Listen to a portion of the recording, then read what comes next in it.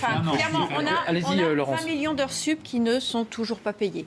Le contentieux, d'accord. On a 10 000 fonctionnaires qui sont en récupération d'heures sup, donc qui en réalité ne sont pas sur le terrain. Ce qui veut dire qu'on a un sous-effectif beaucoup plus important que ce qu'on est en train de nous expliquer aujourd'hui. Donc le recrutement, c'est pas 20 000 qu'il faut recruter, c'est bien plus que ça.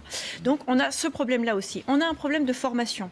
On a un problème de suivi, effectivement, psychologique des fonctionnaires de police. Mais on a aussi un problème de reconnaissance, non pas des fonctionnaires, mais on a un problème aussi de harcèlement des fonctionnaires de police et de leurs familles. Parce qu'il ne faut pas oublier ça. C'est qu'il y a un fameux phénomène en ce moment sur les réseaux sociaux qui s'appelle le cop-watching. C'est-à-dire qu'en fait, on diffuse le nom, la photo l'adresse des fonctionnaires de police, et ce sont leurs familles, leurs femmes, leurs enfants qui se retrouvent agressés. Un enfant qui a son père ou sa mère qui est fonctionnaire de police se retrouve agressé dans la cour de récréation. Donc c'est un ensemble de phénomènes qui font qu'aujourd'hui, nos fonctionnaires de police, parce qu'ils sont dépositaires de la représentativité de l'État, se retrouvent agressés comme s'ils étaient eux-mêmes les membres d'un gouvernement. Ils sont en danger physique.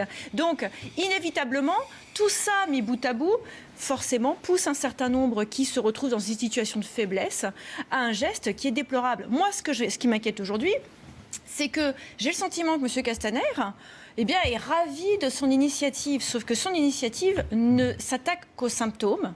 Et comme le disait Bruno, il va falloir aussi... encore plus en amont. Et surtout qu'on s'attaque à la question des véhicules qui ne ferment pas, certains qui n'ont pas de porte, aux matériel, il l'évoquait, aux agressions, parce qu'on ne parle que des gilets jaunes. Mais je vous rappelle quand même que l'année dernière, il y a eu 2000 policiers qui se sont fait agresser lors de leur mission.